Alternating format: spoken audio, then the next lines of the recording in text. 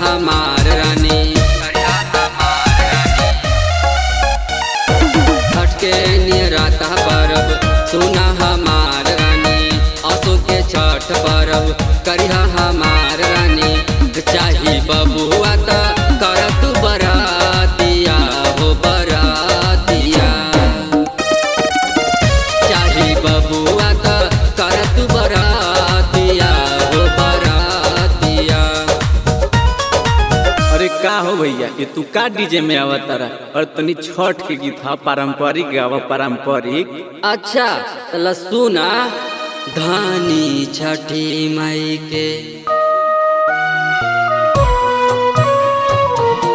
धानी छठी माई के करबू परबिया त सुनारा ललनवा पैबू हो। धानी छठी माई के करबू परबिया त सुनारा ललनवा पैबू हो। धानी छठी माई के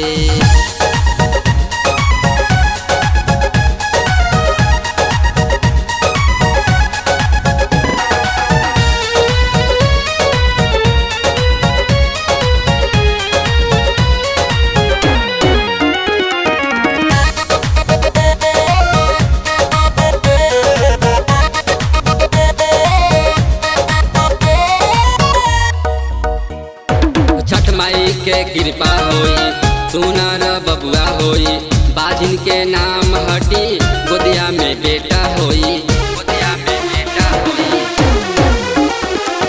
छठ माई के कृपा होई सुनार बबुआ होई, बाजिन के नाम हटी गोदिया में बेटा होई।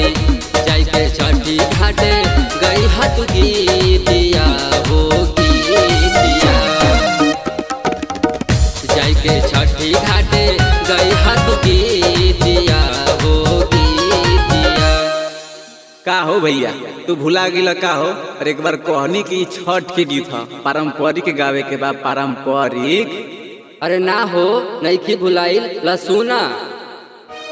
धानी छठी घाटे, धानी छठी माई के दिहाबू अरघिया त सुनारा ललनवा पैबू हो।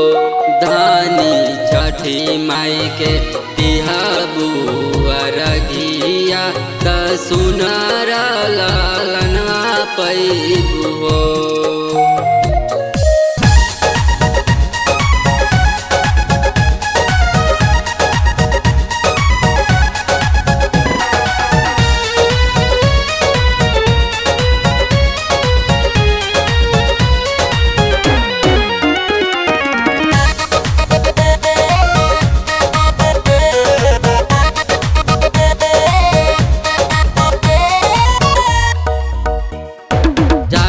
हम दौड़ा लेवे गढ़वा बजरिया हो, फल फल हार लाइम बनवा सोपारिया हो, बनवा सोपारिया हो।